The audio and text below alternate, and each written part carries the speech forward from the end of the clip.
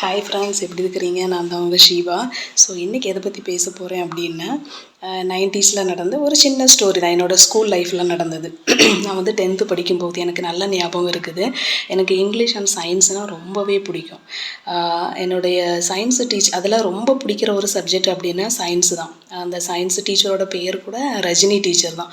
ரொம்ப காம், ரொம்ப குவைட்டான கிளாஸ் எல்லாம் சரியாக எடுப்பாங்க. என்ன அப்படின்னா, இன்றைக்கி நடக்கக்கூடிய கிளாஸை நாளைக்கு அடுத்த நாள் வந்து டெஸ்ட் போடுவாங்க. நமக்கு 10th நிறைய படிக்க வேண்டியது இருக்கும்ல. நாளைக்கு சொல்லுவாங்க, நாளைக்கு டெஸ்ட் இருக்குது, எல்லோரும் படிச்சுட்டு வாங்க அப்படின்னு. ஆனால் யாருமே படிக்க மாட்டோம் ஃப்ரெண்ட்ஸு. அங்கே போனால் எல்லாமே கம்மி மார்க்காக தான் இருக்கும். டீச்சருக்கு ஒரு நாள் சரியான கோவம் வந்துடுச்சு.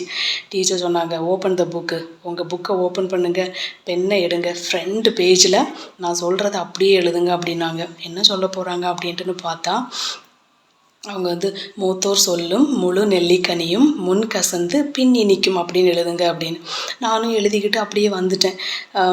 அதோட மீனிங் என்ன அப்படின்னு எனக்கு புரியவே இல்லை.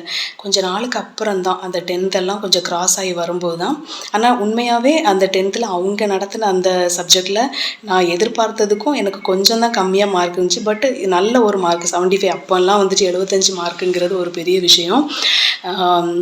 அதுக்கு பிறகு தான் எனக்கு தோணுச்சு, ஓ இதுதானா. அப்போது அவங்க சொல்லும்போது நமக்கு வந்துட்டு கொஞ்சம் கசப்பாக தான் இருக்கும். பின்னாடி வந்துட்டு நமக்கு எவ்வளோ வந்துட்டு ஸ்வீட்டாக இருக்குது. ஏன் அப்படின்னா, எனக்கு அந்த சயின்ஸ் குரூப்பை வச்சு தான் எனக்கு வந்து நர்சிங் ஃபீல்டில் வந்துட்டு இடம் கிடச்சி. ஸோ இது மாதிரி உங்களுக்கும் ஏதாச்சும் அனுபவம் இருந்துச்சுன்னா நீங்கள் கமெண்ட் பண்ணுங்கள், லைக் பண்ணுங்கள், ஷேர் பண்ணுங்கள். பாய்.